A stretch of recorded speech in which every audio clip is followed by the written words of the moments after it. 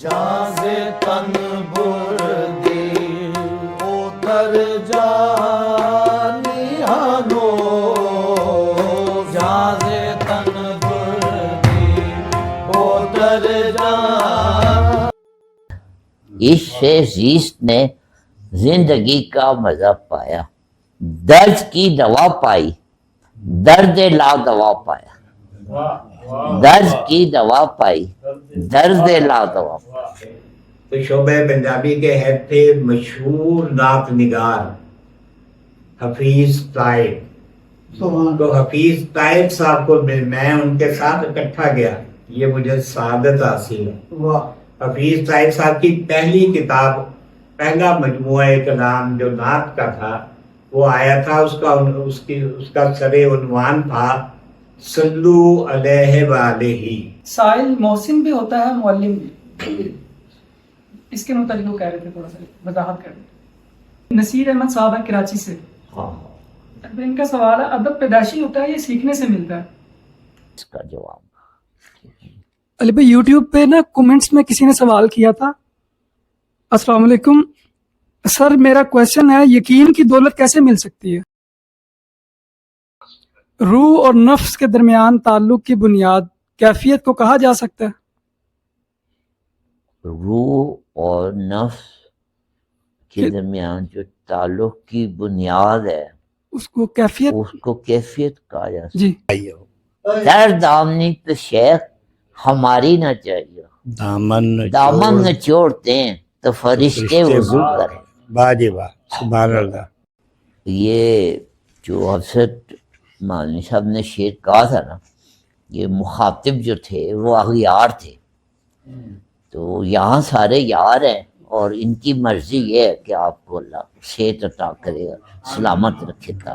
ٹھیک ہے، تو مرضی ہے یار تو پہلے پوچھ تو لینا، یار سے تو پوچھ مرضی ہے یار، اس کے بعد پھر آپ پوچھ لو. یہ ڈاکٹر جمیل صاحب جب پہلی دفعہ آئے تو یہ میرے یہاں آ کے بیٹھ گئے. میں تو جی میرا دل چاہتا ہے آپ کے پاس بیٹھ. میں نے کہا جی جو میرا دل چاہتا ہے وہ بہتر ہے یا جو آپ کا دل چاہتا ہے؟ کہتے ہیں جو آپ کا چاہتا ہے. میں نے کہا پھر وہ ابھی مرضی ہے یار نہیں ہے کہ آپ جو ہے نا چلے جائیں. تو اللہ آپ کو سلامت رکھے. اور آپ نے دیکھ لیا، آپ کی دعا بھی دیکھ لیا آپ نے، آتے ہی آپ کا وہ درد جو اتنے عرصے سے آپ کہہ رہے ہیں نہیں رکتا تھا، وہ آپ کا درد جو ہے نا یہاں ٹھیک ہو گیا. ٹھیک ہے، وہ شعر بھی آپ کو یاد ہوگا غالب کا، اس سے زیست نے زندگی کا مزہ پایا، درد کی دوا پائی، درد لا دوا پایا، درد کی دوا پائی، درد لا دوا پایا. اس سے زیست نے زندگی کا مزہ پایا، درد کی دوا پائی، درد لا دوا پایا. ٹھیک ہے نا. کوئی صاحب کوئی بات کرنا چاہیے؟ علی بھائی یہ بات آپ نے سنائی وہ اسی مضمون میں حضرت حسن رضا خان نے بھی بات کی ہے، اگر اجازت ہو تو عرض کروں. جی جی جی وہ خصوصاً قبلہ حافظ صاحب کے لیے ہے. وہ فرماتے ہیں کہ تیرا درد الفت جو دل کی دوا ہو، وہ بے درد ہے نام لے جو دوا کا. واہ واہ واہ. ان کے دیکھے سے جو آ جاتی ہے منہ پہ رونق. باقی سب کو پتا اگلا مصرع کیا ہے. ان کے یہاں یہی حال ہوا میرے ساتھ. ان کے دیکھے سے جو آ جاتی ہے منہ پہ رونق، وہ یہ سمجھتے ہیں کہ بیمار کا حال اچھا ہے. یہ آپ کے استاد محترم کی محفل ہے، جو آپ جو یہاں آ کے نا ذرا عمر رفتہ کو آواز سے جی جی. تو یہ آپ وہاں آپ کا کالج کا زمانہ جو ہے، ہم آپ کو دوبارہ جوان کرنے کے لیے یہاں بلاتے ہیں آپ کو. ٹھیک ہے نا، آپ اسی کلاس روم میں آپ کو بٹھانے کے لیے بلاتے ہیں. ٹھیک. ایک دفعہ لاہور انگلش کالج سے باہر نکلے نابا روڈ پہ،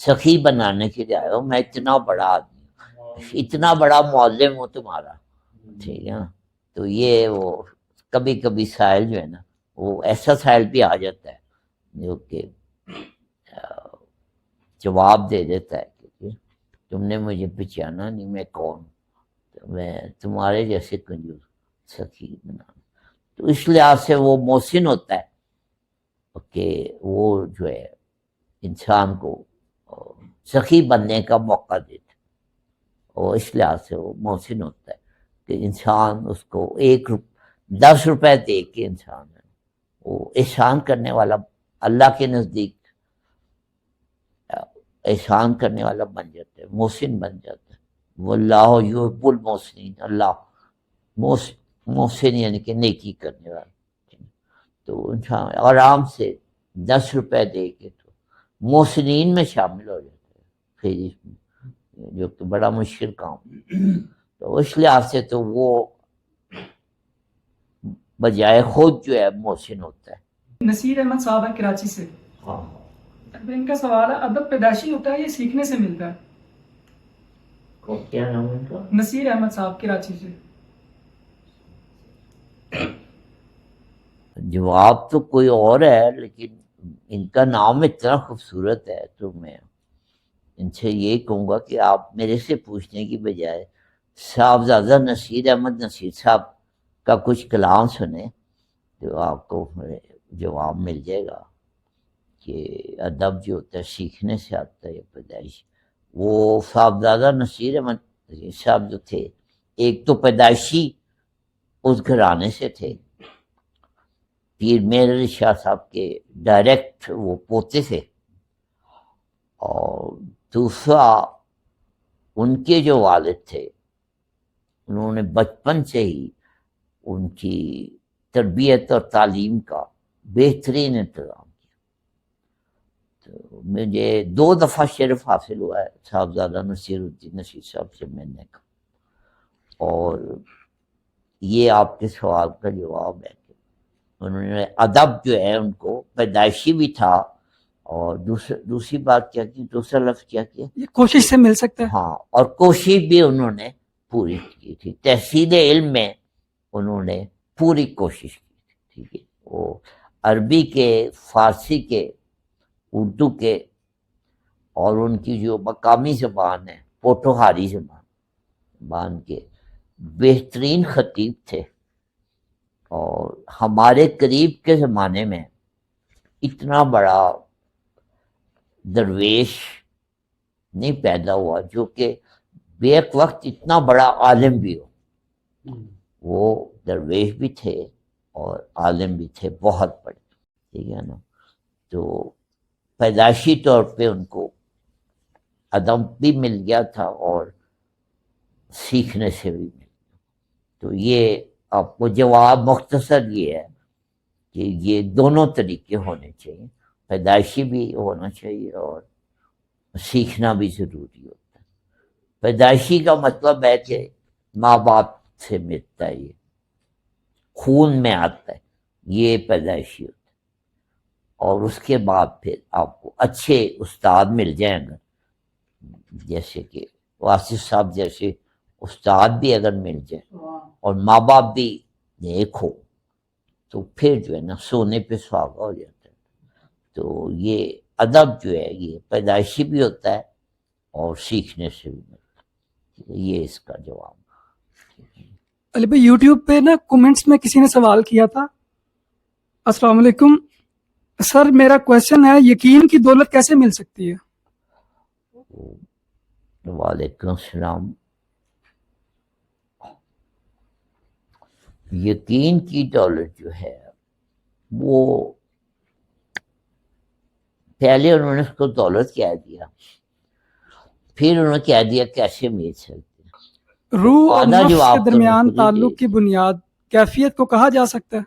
مل سکتی ہے کا مطلب یہ کہ کوئی دینے والا ہوگا تو مل سکتی ہے. کوئی بھی چیز میں کہتا ہوں کہ جی مل سکتی ہے، اس کو کہاں سے کیفیت مل سکتی ہے؟ جی اس کا مطلب ہے کہ کوئی دکان تو ہوگی جہاں سے وہ چیز ملتی ہے.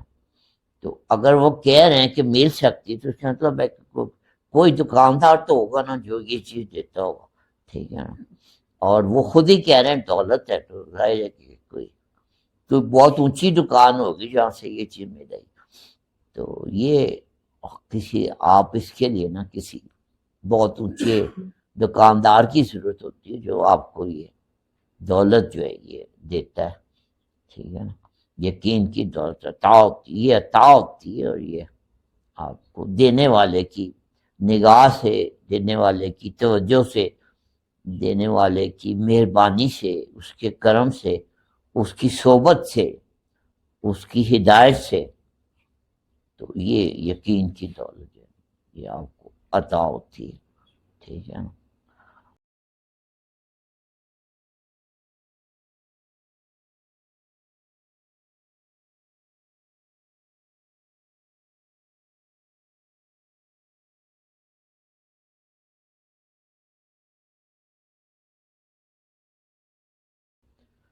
روح اور نفس کے درمیان جو تعلق ہوتا ہے نا،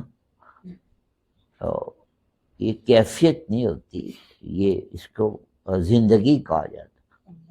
یہ انسان کی جو زندگی ہے یہ روح اور نفس کا تعلق ہے، یہ زندگی ہے. یہ نا کیفیت تو کوئی اور ہی چیز ہوتی ہے، ٹھیک ہے نا. باقی اگر آپ اس سوال کا پورا وہ سن رہے ہوں گے امید ہے، تو وہ آپ نے پورا جواب لینا ہے تو آپ کو محفل میں تشریف لانا پڑے گا، پھر آپ کو شاید پتہ چلے کیفیت بھی کوئی چیز ہوتی ہے دنیا میں، ٹھیک ہے نا. تو ورنہ تو یہ ایک لفظ ہی ہوتا ہے، ٹھیک ہے. جس کو نہ ملی اس کے لیے یہ لفظ ہی ہوتا ہے، ٹھیک ہے. تو وہ جو آپ نے آخری جملہ کہا ہے نا، تو وہ سنتے ہی کھٹ سے میرے ذہن میں دار دلوی کا ایک شعر تازہ ہوا. کیفیت تو محض ایک لفظ ہی ہے.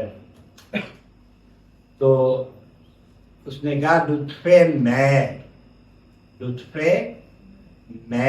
تجھ سے کیا کہوں زاہد، لطفے میں تجھ سے کیا کہوں زاہد، ہائے کم بخت تو نے پی ہی نہیں.